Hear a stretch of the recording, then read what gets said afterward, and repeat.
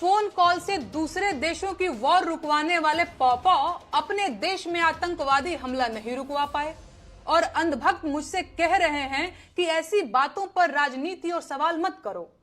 तो किस बात पर सवाल करूं?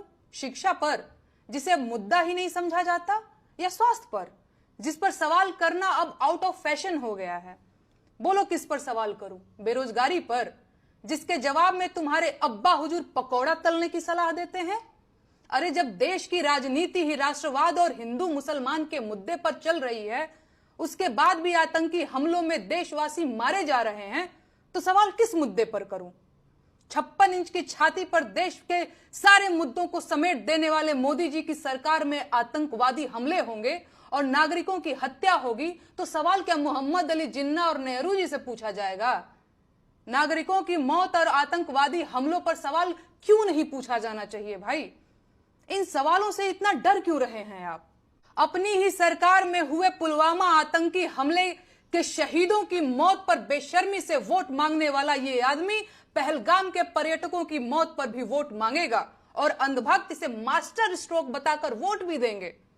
लेकिन इनका कहना है कि सवाल नहीं पूछा जाना चाहिए। बस 2-4 दिनों की बात और है, भक्तों के पॉपॉ पहलगाम आतंकी हमले पर रोते हुए बिहार चुनाव की नींव डालते दिखेंगे और अंधभक्त वो बिहार चुनाव में रोते हुए आईटी सेल मुझे देशद्रोही बताकर ट्विटर पर ट्रेंड चला रहा है, सिर्फ इसलिए कि मैं देश के प्रधानमंत्री से सवाल पूछती हूं।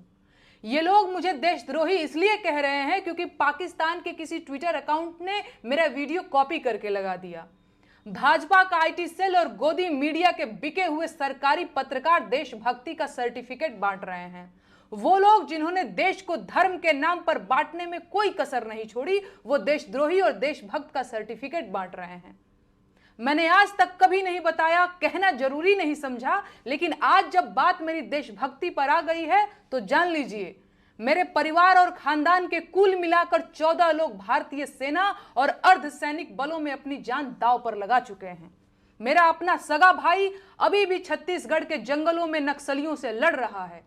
मेरे अपने सगे 4 मामा आर्मी में अधिकारी रहे हैं, जिनमें से 2 लोग कारगिल की जंग लड़ चुके हैं। चाहे थल सेना हो या वायु सेना, मेरे भाई आज भी देश की सेनाओं में हैं और ये 2-2 रुपए के ट्रोल आईटी सेल वाले मुझे देशद्रोही कह रहे हैं। इनकी हिम्मत कैसे हुई? है औकात तो जाकर उससे सवाल पूछो जिसने देश को 10 साल में आतंकवाद से मुक्त कराने की बात कही थी। कहां गई उनकी 56 इंच की छाती?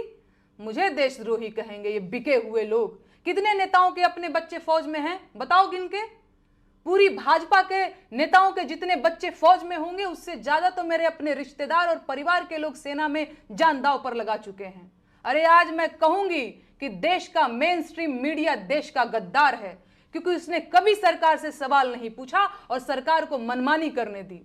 वो पूछें या ना पूछें, मैं बार बार पूछूंगी कि पहलगाम में 2000 सैलानियों के लिए सुरक्षा की व्यवस्था क्यों नहीं थी?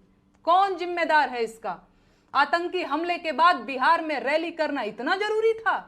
भाजपा का आईटी सेल देश का गद्दार है, क्योंकि उसने देश को हिंदू मुसलमान में बांटने की कोशिश की।